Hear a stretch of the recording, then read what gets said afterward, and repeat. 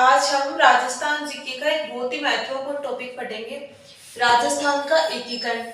ये topic Rajasthan GK का एक बहुत महत्वपूर्ण टॉपिक है, क्योंकि कोई भी एग्जाम देख लो, हर एग्जाम में कम से कम एक क्वेश्चन तो इस टॉपिक से पूछा ही जाता है और ये जीके का सबसे सरल टॉपिक भी माना जाता है। तो चलिए देखते हैं अपन। जब अपन ये सब देखते हैं एकीकरण, तो सबसे पहले हमारे दिमाग में आता है ना कि किसका एकीकरण और क्या था ऐसा जिसको एक करना था। क्या स्वतंत्रता से पहले राजस्थान नहीं था? तो हम कहेंगे कि नहीं, स्वतंत्रता से पहले राजस्थान नहीं था। राजस्थान उस वक्त अलग अलग रियासतों में बटा हुआ था। तो आज का हमारा जो राजस्थान है वो उस वक्त की किन किन चीजों से मिलके बना है, चलिए हम देखते हैं। तो उस वक्त हमारे राजस्थान में थी 19 तहसील रियासतें।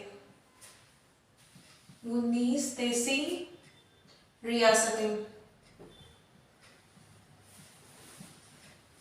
3 थे ठिकाने।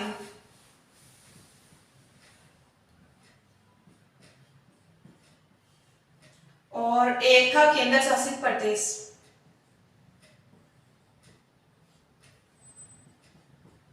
केंद्र शासित प्रदेश।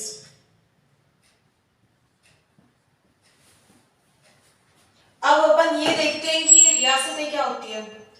तो सीधे शब्दों में अगर देखा जाए तो 19 ऐसी जगह है जहां सीधा राजाओं का रास्ता, उन्हें हम रियासत बोल सकते हैं।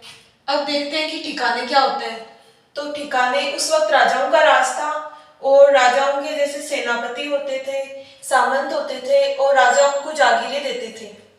फिर राजस्थान में से अंग्रेज आ गए, तो कई बार क्या होता कि कोई सामंत था, उसकी राजा के साथ ज्यादा नहीं बनती, मतलब संबंध इतने अच्छे नहीं होते, लेकिन अंग्रेजों के साथ संबंध ज्यादा अच्छे हो गए, तो अंग्रेज उसे किसी रियासत के अंतर्गत आने वाले उस ठिकाने को स्वतंत्र ठिकाना घोषित कर देते। तो ऐसे राजस्थान में 3 ठिकाने हैं, वो देखते हैं अपन। 3 है, अपन एक ट्रिक से पढ़ते हैं वो, और इसकी ट्रिक है कुलान।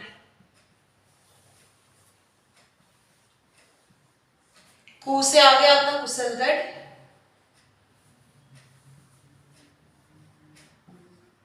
जो कि बांसवाड़ा रियासत का था, और ला से लावा, जो कि टोंक रियासत का था, और नय से निमराना, जो कि अलवर रियासत का था। अब चलिए ठिकानों की भी बात हो गई। अब केंद्र शासित प्रदेश, तो एक केंद्र शासित प्रदेश जैसे कोई जगह जहां सीधा अंग्रेजों का राज होता था, उसे केंद्र शासित प्रदेश बोला जाता था। तो राजस्थान में अपने एक केंद्र शासित प्रदेश था, वो था अजमेर मेरवाड़ा। अजमेर मेरवाड़ा। अजमेर अगर वैसे देखा जाए तो राजनीतिक दृष्टि से बहुत ही महत्वपूर्ण है, क्योंकि राजस्थान के बीचों बीच आता है और इसे हम राजस्थान का हृदय भी बोलते हैं। तो अजमेर पे डायरेक्ट अंग्रेजों का राज था उस टाइम पे। चलिए आगे देखते हैं अपन।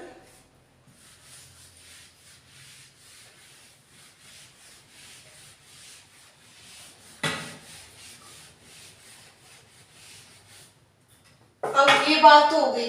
अब आगे अपन ये सोचते हैं ना कि क्या एकीकरण के प्रयास स्वतंत्रता से पहले नहीं हो रहे थे? तो हम कहेंगे कि नहीं, अंग्रेजों के द्वारा भी भारत का एकीकरण करने का प्रयास किया जा रहा था। उस टाइम भारत 2 भागों में बटा हुआ था। जैसे देखो, भारत 2 भागों में बटा हुआ था। एक तो था ब्रिटिश इंडिया, और दूसरा था देसी रियासतें।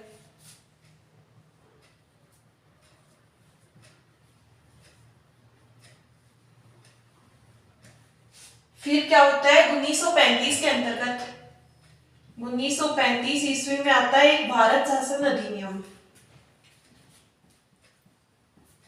भारत शासन अधिनियम।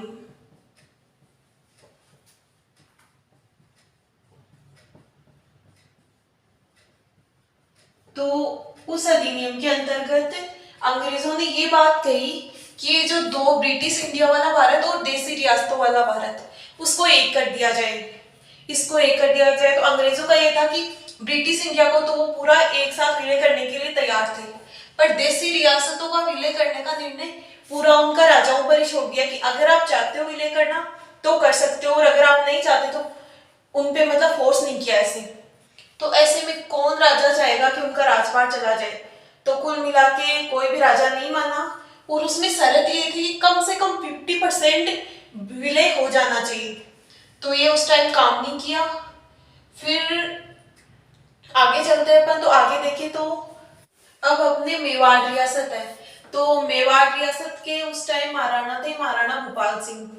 तो वैसे अगर मेवाड़ रियासत का देखा जाए ना, तो उस वक्त जो मेवाड़ का राजा होता था ना, वो पूरे राजस्थान का राजा माना जाता था, क्योंकि मेवाड़ रियासत बहुत ही शक्तिशाली रियासत थी। तो मेवाड़ के महाराणा ने 26 जून को मेवाड़ के महाराणा भूपाल सिंह, मेवाड़ महाराणा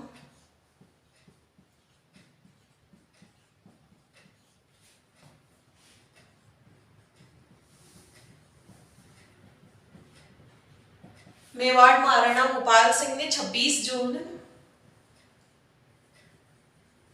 1946 ईस्वी में एक सम्मेलन बुलाया। उसके अंतर्गत पूरे तो राजस्थान के राजा और गुजरात और मालवा के राजा उनको बुलाया। तो उसके अंतर्गत कम से कम 22 प्रतिनिधि आए अलग अलग जगहों से, 22 प्रतिनिधि शामिल हुए।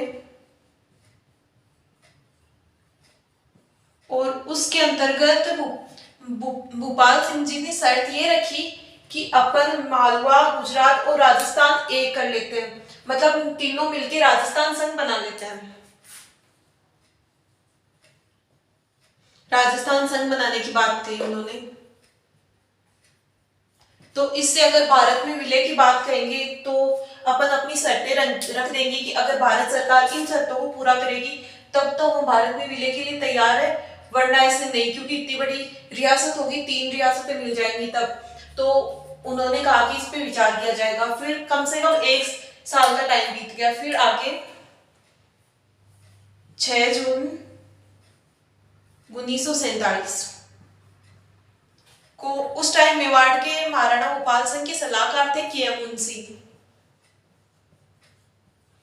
के.एम. मुंशी ने वापस राजाओं को सूचना भेजी मिलने के लिए, तो उसमें कोई भी राजा उपस्थित नहीं हुए।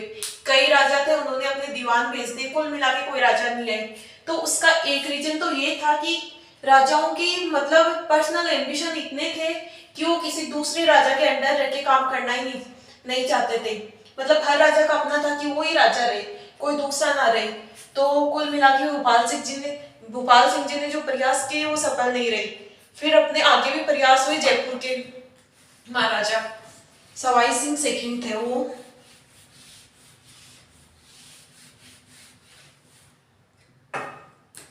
जयपुर के महाराजा सवाई सिंह सेकंड,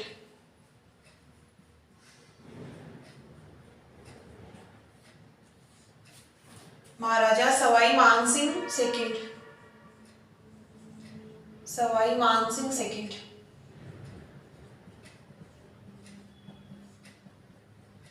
वो चाहते थे कि जयपुर के अंतर्गत अलवर और करौली को मिला लिया जाए, क्योंकि अलवर और करौली किसी दिन तो जयपुर के भूभाग ही थे, बाद में वो अलग हो गए थे। तो वो चाहते थे कि अलवर और करौली जयपुर के अंतर्गत ही आ जाए, पर उनका ये प्रयास भी कुछ खास रंग नहीं ला सका। फिर आगे डूंगरपुर के राजा लक्ष्मण सिंह जी, तो वो चाहते थे कि बांसवाड़ा, प्रतापगढ़ और डूंगरपुर मिलके वागड़ संघ का निर्माण कर ले। तो वो इन तीनों को मिला के वागड़ संघ बनाना चाहते थे, पर ये भी कोई खास मतलब सफल नहीं हो सका, क्योंकि ये था कि वो राजा नहीं मान रहे थे। क्योंकि अगर ऐसा होता तो राजा तो डूंगरपुर के लक्ष्मण सिंह जी वो ही रहते ना, तो ये भी सफल नहीं हुआ।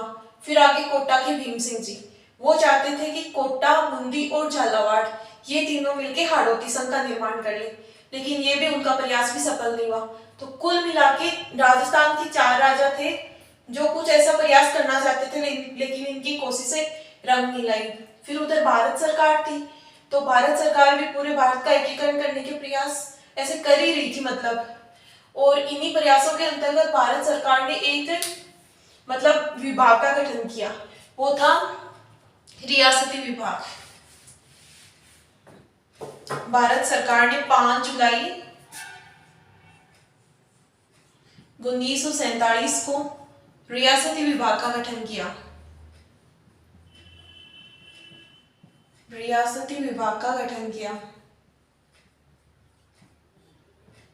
और इसके अध्यक्ष बनाए वल्लभ भाई पटेल को। अध्यक्ष थे वल्लभ भाई पटेल और इसके सचिव थे वीपी मेनन। सचिव वीपी मेनन। और भारत सरकार ने इनको ये जिम्मेदारी सोची कि रियासतों के राजाओं को विलय के लिए मनाना आपकी जिम्मेदारी है। तो उन्होंने एक रियासती विभाग ने एक सूचना जारी की और इसमें लिखा कि अगर कोई रियासत है जिसकी जनसंख्या, कोई रियासत है जिसकी जनसंख्या तो है 10 लाख से अधिक,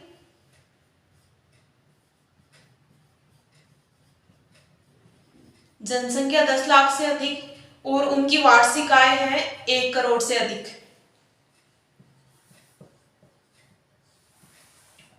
1 करोड़ से अधिक,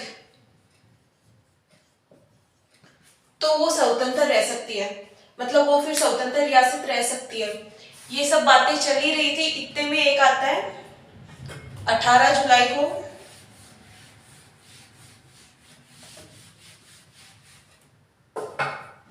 18 जुलाई 1947 को 18 जुलाई 1947 को भारतीय स्वतंत्रता अधिनियम, भारतीय स्वतंत्रता अधिनियम।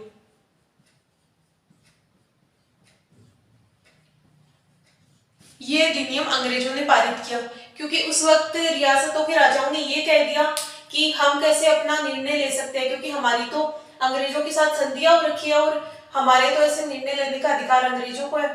तो 18 जुलाई को ये जो आया अधिनियम, उसमें अंग्रेजों ने लिखा कि हमारी जो भी देसी रियासतों के राजाओं के साथ संधियां थी वो हम खारिज करते हैं। आज से वो संधियां खत्म है, अब वो अपने निर्णय स्वतंत्र होकर खुद ले सकते हैं। तो ये कुछ बातें थी जो अपन को राजस्थान के एकीकरण के चरणों से पहले पढ़नी थी। अब अपन एकीकरण के चरण पढ़ते हैं एक एक करके। तो एकीकरण का प्रथम चरण देखते हैं अपन। प्रथम चरण जिसका नाम होता है मत्स्य संघ। मत्स्य संघ।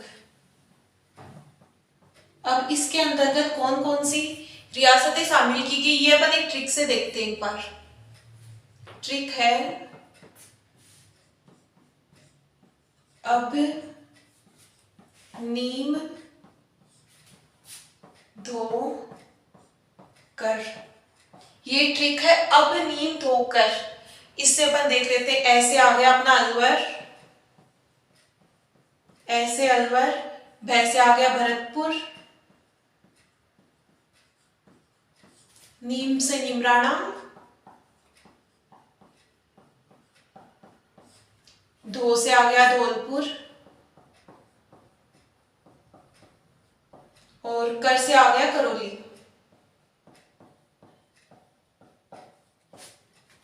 तो प्रथम चरण मत्स्य संघ, उसकी ये ट्रिक है अब नीम धोकर। तो इसके अंतर्गत टोटल 5 आ गए, एक ठिकाना आ गया अपना और 4 रियासतें शामिल की गई। अब देखते हैं इन रियासतों के इनके बारे में कुछ। तो इसका अलवर था, अलवर रियासत को बनाया गया राजधानी। अलवर रियासत को राजधानी बनाया जाता है। और भरतपुर रियासत है तो भरतपुर रियासत के अंतर्गत उद्घाटन होता है, उद्घाटन। और वो होता है 18 मार्च, इसकी डेट है 18 मार्च 1948 को। उद्घाटन करता होते हैं एनवी गॉडगिल, एनवी गॉडगिल। फिर देखते हैं धौलपुर। तो धौलपुर के उदय भान सिंह होते हैं, उदय भान सिंह। उनको बनाया जाता है राजप्रमुख, राजप्रमुख बनाया जाता है उदय भान सिंह को। और करौली के गणेश पाल होते हैं, गणेश पाल, उनको उपराज प्रमुख बनाया जाता है, उपराज प्रमुख। ये जो राज प्रमुख की पोस्ट है ना, ये हम आज का राज्यपाल देख लेते हैं। उस टाइम पे सबसे बड़ी पोस्ट होती थी राज प्रमुख, जैसे आज का अपने राज्यपाल होता है वैसे। फिर अपन देखते हैं प्रधानमंत्री। तो प्रधानमंत्री बनाया जाता है शोभाराम कुमावत को, शोभाराम कुमावत को बनाया जाता है प्रधानमंत्री। अब देखते हैं अपन उप प्रधानमंत्री। उप प्रधानमंत्री बनाया जाता है जुगल किशोर चतुर्वेदी, जुगल किशोर चतुर्वेदी, ये होते हैं उप प्रधानमंत्री। तो ये बातें थी मत्स्य संघ के बारे में। इनके अलावा भी कुछ और इंपॉर्टेंट बातें जो अपन देख लेते हैं।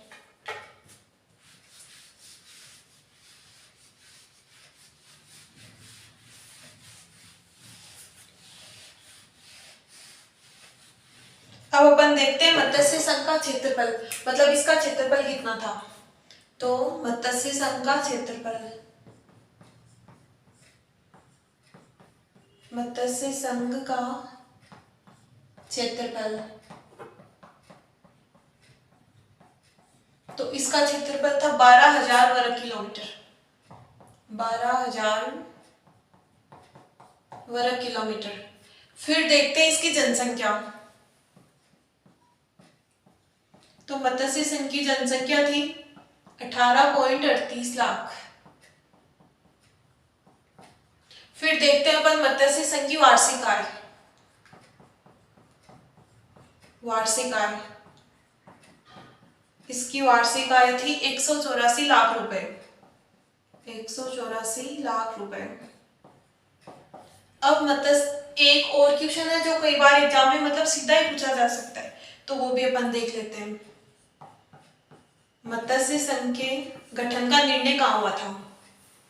मत्स्य संघ के गठन का निर्णय, तो ये निर्णय हुआ था कचहरी किला, कचहरी किला,